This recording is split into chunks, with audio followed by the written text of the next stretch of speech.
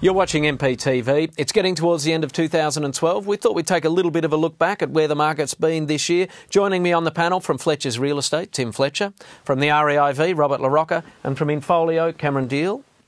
Welcome, gentlemen. Thank you.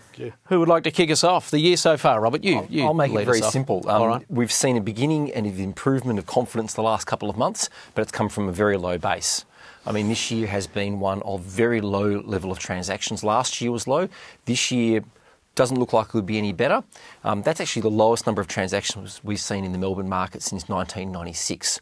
So, everyone really is adopting a, save, not spend approach. You see that right across the economy, and that is right through real estate as well. Because we're hearing a lot of talk. Everyone's talking about the Super Saturday, Tim, the 1,000 sales after the grand final. We're expecting, I don't know what they're expecting, but it was an improvement of a couple of % in clearances. But what's your take on it? Well, just before we get to that, I've got to say that Robert and I were wrong, because some weeks ago on this program, we forecast there wouldn't be 1,000 auctions this spring.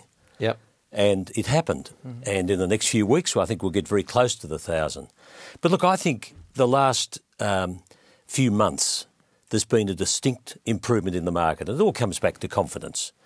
There's a whole range of factors that make up confidence. Cost of money, just general level of well-being, feeling out there that the market is doing all right. Cameron, are the investors gaining a bit of confidence out there, or did they never lose it?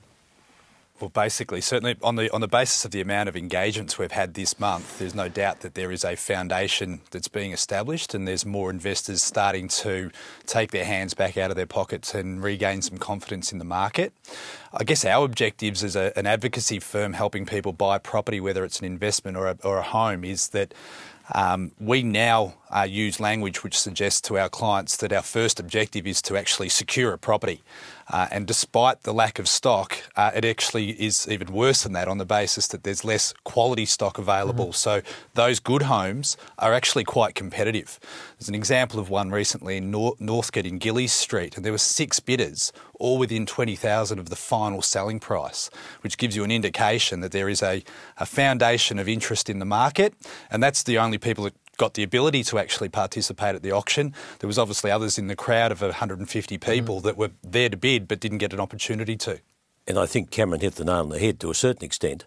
When a market has 2 people going hammer and tongs at auctions for a particular property, that's good for the seller, but it doesn't underpin the strength of the market, or it's not, I think, a great determinant that the market is strong. But when you've got a number of people, which we've seen in the Eastern Corridor in the last month or so, where you've got multiple bidders. And I'm not saying every auction has multiple bidders, they don't. But there are a significant number that have had more than 1, 5, 6 people bidding. That, to me, is a critical factor. Certainly in that market between, say, 700 and 1.5 in your more affluent suburbs of Melbourne, those properties are still performing very well and have continued to over the last 18 months.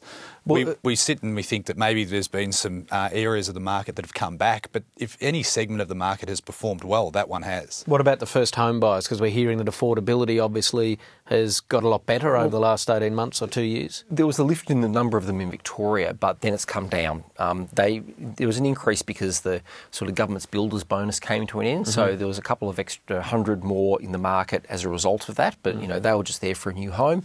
So we're back toward our more historical levels of around 18 to 20% of the home buyers being first home buyers out there. The good news for them in Victoria is that they can actually get a benefit from a 30% cut to stamp duty now. That comes in on 1 January, but if you're buying now and settling, anything after the 1st of January, you can save an extra $2,500, $3,000 now. Do you think people have lost a bit of confidence at that level, at the first homeowners level? No, we're seeing our trend analysis shows that where we're seeing improvements in prices and growth is not in the inner city, but in the middle and outer suburbs, where you're more likely to find the first home buyers. Right, all right. And where for you then, Cameron, do you think the investors are going to pick up confidence into the new year, or are they still holding back a little bit to see where overseas markets go and all those other sort of determinants? Our investors are clearly saying it. They're back in the market and looking. I think that market that's your standard 2-bedroom apartment or villa, say $500,000 to $700,000 will be very competitive next year, as it has been for the good quality ones again this year. But I see that market being a very strong market, particularly on the basis of how many retirees that we have, 130,000 per annum retiring. Those villa units in some of those more affluent, particularly eastern suburbs, I think will be a really, really strong type of property to have on your portfolio next year. Predictions for 2013? I'm fairly bullish about next year. The market's not going to take off and run away. It'll be a responsible market, and I think we'll see an improvement on this year. If it continues the way it has this spring, I think that's a very healthy environment because, let's face it, the world is still a bit topsy-turvy. We all know that. I'm a born optimist, but I'm also a realist. You know, it's a bit tough out there. So I think the market is performing and will continue to, given the state of play in Texas. Robert? Look, from the low base that we've got, there should be an improvement next year as long as consumer confidence continues to also improve. I think that's where all the eggs are at the moment. And the vendors that are thinking about selling next year will gain a lot of confidence from what we've seen so far this year. They'll have looked at that weekend of 1,128 auctions and gone, that's great, I'm going to get a good outcome next year. What do you think? I agree with Tim. I think it's going to be a fairly solid year again next year. I think we're still going to see low numbers of stock. I still think we'll see quite a bit of competition for the good quality property.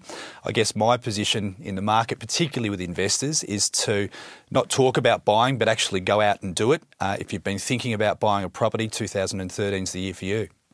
Thank you very much, gentlemen. We'll hold you to those predictions. Go back and have a look at this in 12 months' time. We've only been wrong once, haven't we, Robert? Yes, it takes a big man to admit it too, Tim. Thank you very much.